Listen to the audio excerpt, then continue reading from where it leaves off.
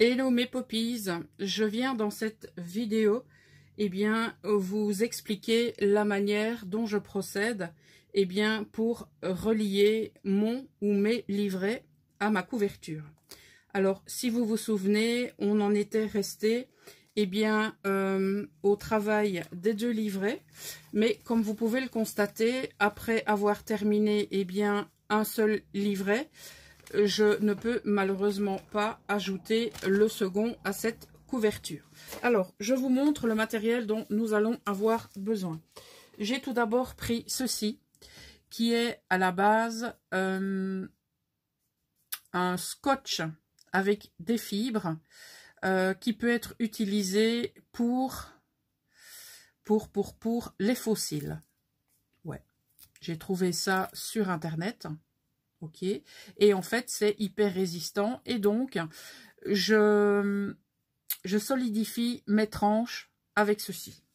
Vous allez avoir besoin d'un objet tel que celui-ci. Bon, j'appelle ça moi un pic. Voilà.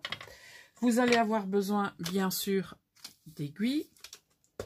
Vous allez avoir besoin de fils pour coudre votre livret. Donc j'avais commandé un lot de fils cirés sur internet.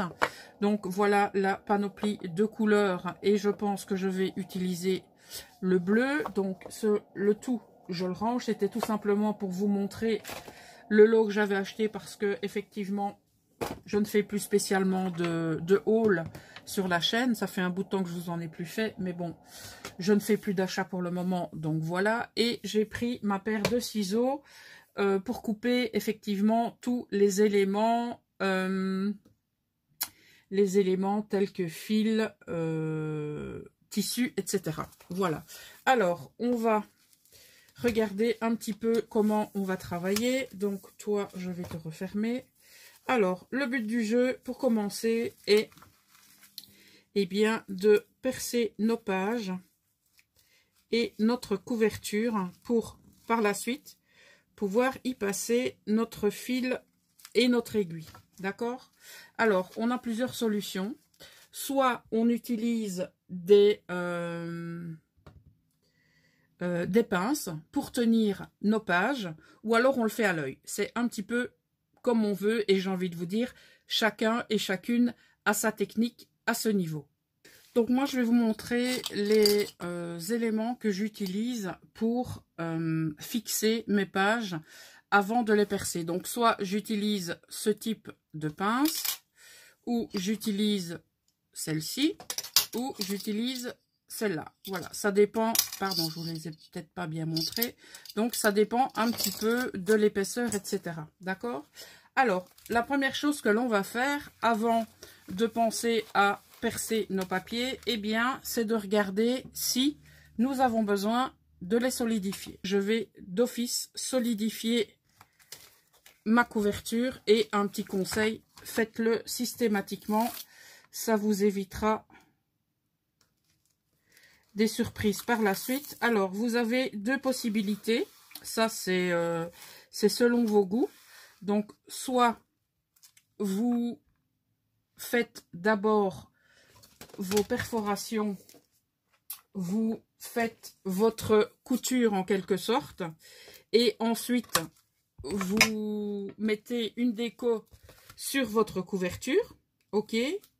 Ou alors, vous mettez déjà, par exemple, quand je parle de déco, je veux dire, j'ai dit sur la couverture, je vais être plus précise sur la tranche.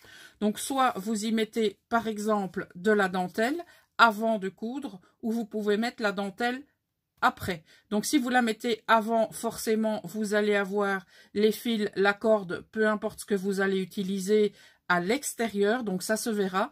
Par contre, si vous mettez de la dentelle après, ça ne se verra pas. Ok? Donc, ce que je vous propose maintenant, c'est de faire hors caméra toutes les pages de l'album et vérifier si il faut les solidifier ou pas. Donc par exemple, lorsque vous avez du papier type cardstock comme ceci, c'est pas nécessaire. Vous voyez sur cette page-ci qui est beaucoup plus fine, je l'ai déjà fait à l'extérieur, mais je vais le faire à l'intérieur aussi. Donc ce que je vous propose, eh bien, c'est de faire ça hors caméra et je vous retrouve juste après. Voilà, c'est fait. Alors, maintenant, on y va. Donc, on prend le milieu de son papier et on va ainsi accorder tous nos papiers au même endroit. Et ensuite, on va les fixer à l'aide d'une pince.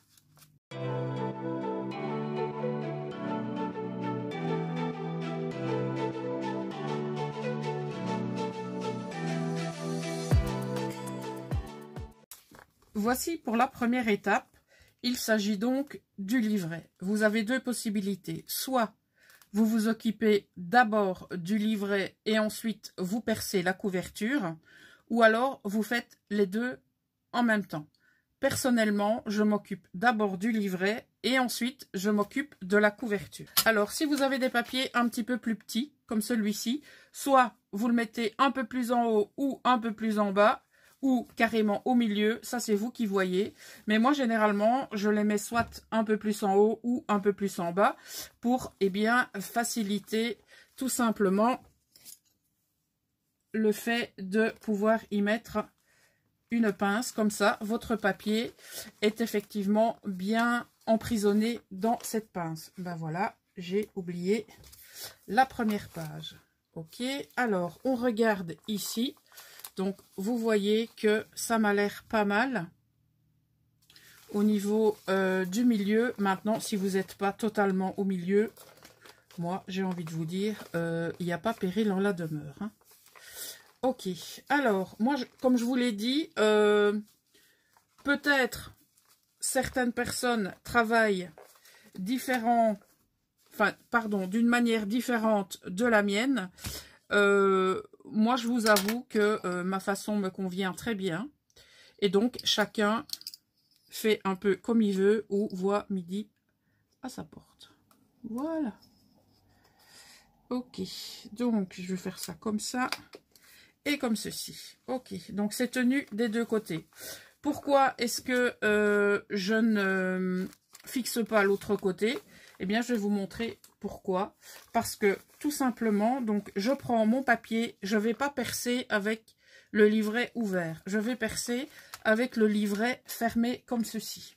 D'accord? Donc, je ne mesure absolument rien du tout. D'accord? Donc, je prends à l'œil plus ou moins la moitié. Je mets mon pic ici et je le mets droit. Donc, je pousse jusqu'au moment où j'arrive.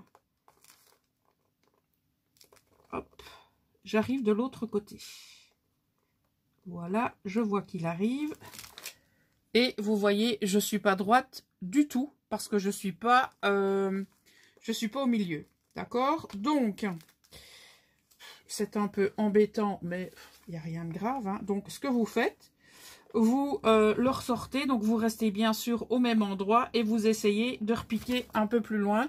Et là, je suis pile poil au niveau de la tranche, vous voyez, du milieu. Ok, donc ça, c'est la première chose.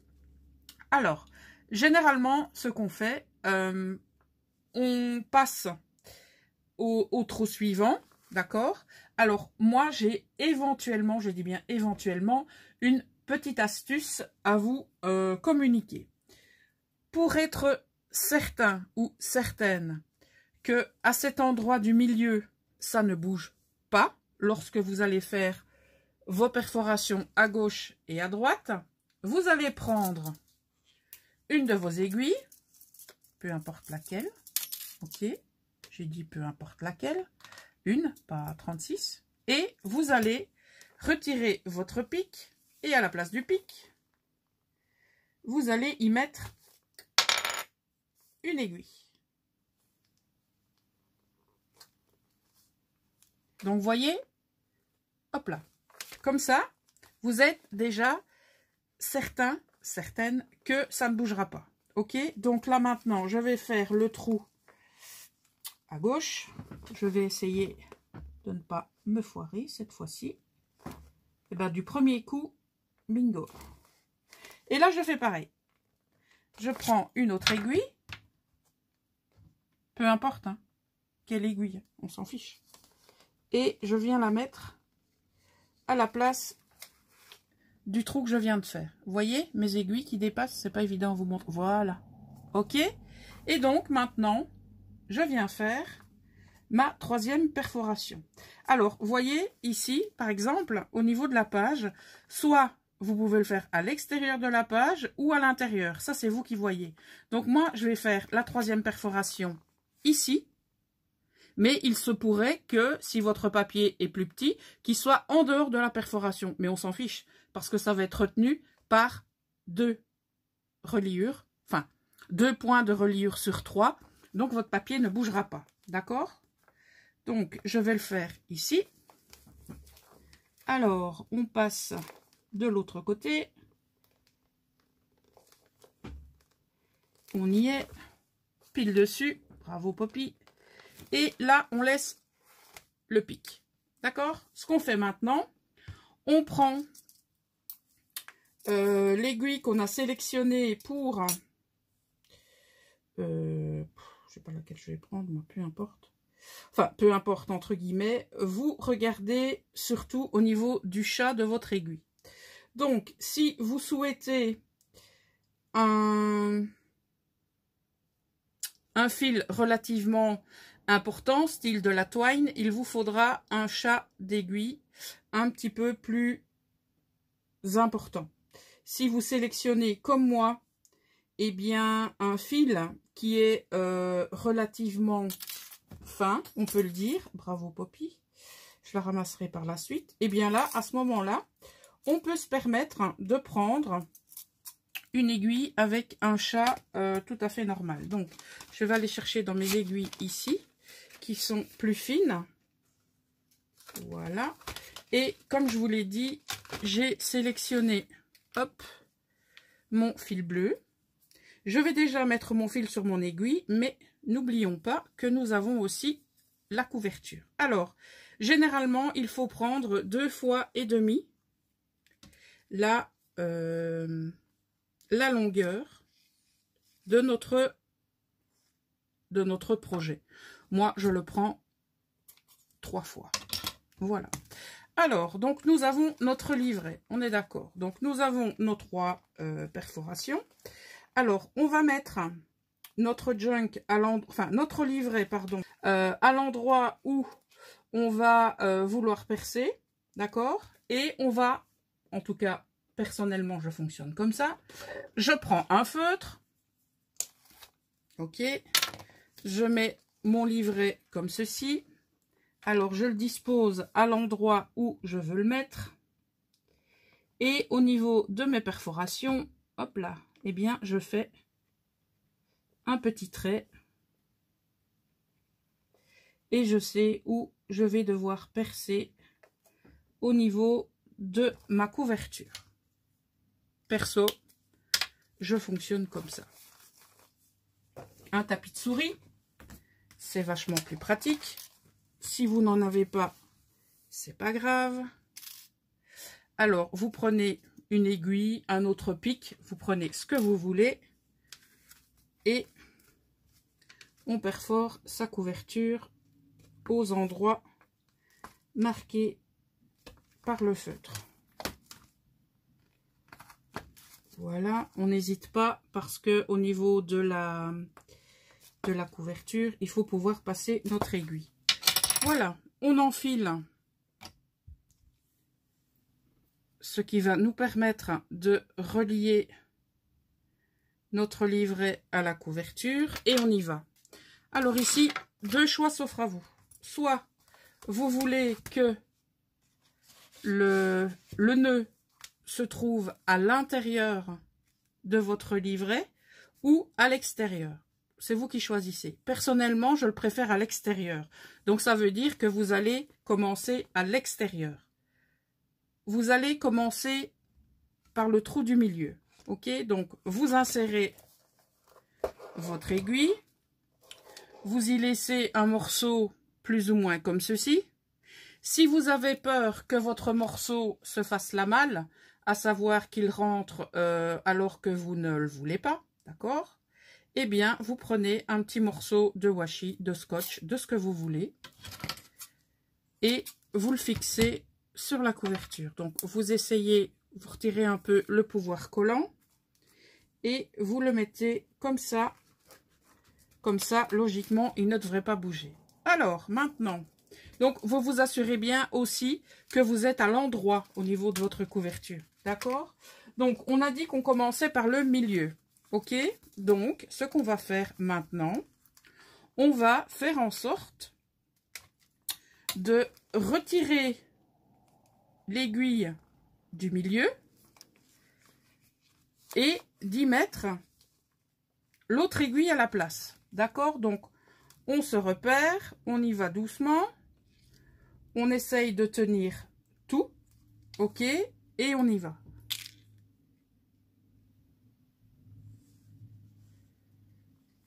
Si on n'y arrive pas, je vais vous montrer ce qu'on fait.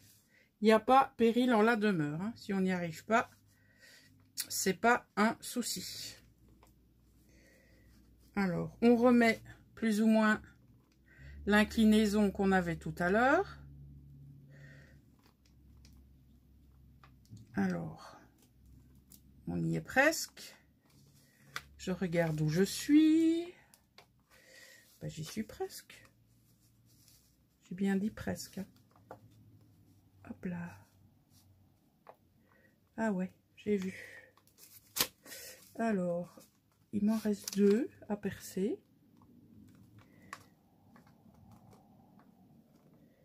Où est-ce que je suis?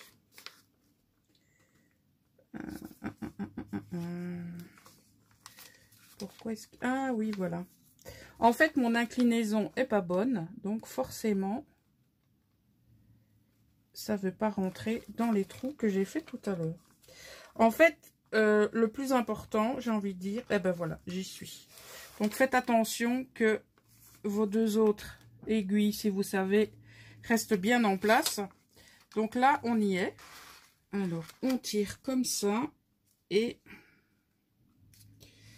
on tire pas trop fort, hein, parce que notre fil est fixé sur la couverture, mais si on tire trop fort, on va tout bousiller. Voilà, donc quand vous y êtes presque, voilà, c'est bon. Alors maintenant, ce qu'on va faire, vous y allez à gauche ou à droite. Là, c'est vous qui décidez. Ok, donc on retire l'aiguille, on essaye de tenir au maximum et on passe là où était l'aiguille. Donc on remet l'inclinaison si possible comme on l'avait fait pour faire la perforation. On est de l'autre côté, super.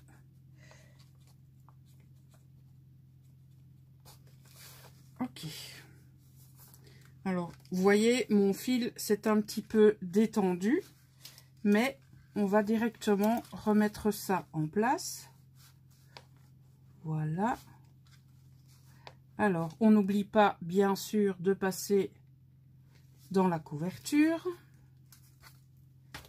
Voilà, ce qui est chose faite. Et maintenant, on va passer à la 3e perforation. Donc, on va... C'était où déjà? Hop là. Ah, c'était ici. Voilà, donc la 3e perforation de la couverture. Et ensuite, ce qu'on va faire, on va retirer le pic ou la 3e aiguille, hein, vous mettez ce que vous voulez et on y va. Logiquement, ce sera le plus facile, et ben voilà, parce que vous avez les 2 autres qui sont déjà en place. D'accord? Donc vous voyez que maintenant, ça commence à se mettre effectivement bien en place. Alors, ce qu'on fait maintenant, il nous reste à repasser au milieu pour, eh bien, venir retrouver notre fil du départ pour pouvoir y faire le nœud. Alors, c'est pas parce qu'on y est arrivé une fois que ça va être simple. Hein. Alors,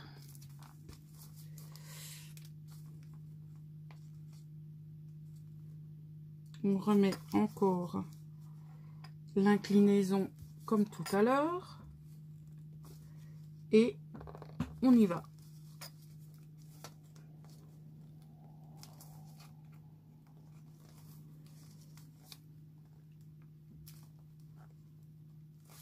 J'ai envie de vous dire au départ, si vous n'en avez jamais fait, ne commencez pas avec un livret aussi dodu que le mien, d'accord? Parce que c'est pas du tout, mais pas du tout une bonne idée de commencer avec un livret dodu, ok? Donc, contentez-vous, je sais pas moi, pour commencer de... je sais pas, d'une dizaine de pages, mais pas trop travaillé. Enfin, si vous voyez ce que je veux dire, avec pas trop d'épaisseur. Voilà, je pense que c'est un petit peu plus complet et ce sera peut-être un petit peu plus parlant pour vous. Parce que si vous avez trop d'épaisseur comme ici, ça remet un niveau de difficulté complémentaire. D'accord ?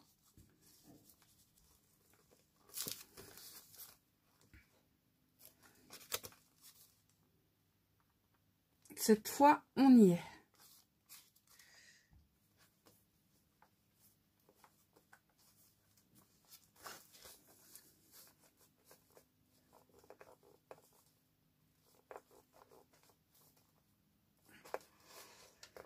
Voilà. Alors maintenant, on va ajuster les...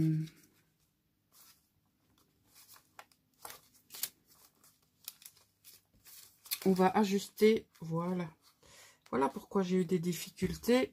J'ai le fil qui s'est pris dans ma découpe.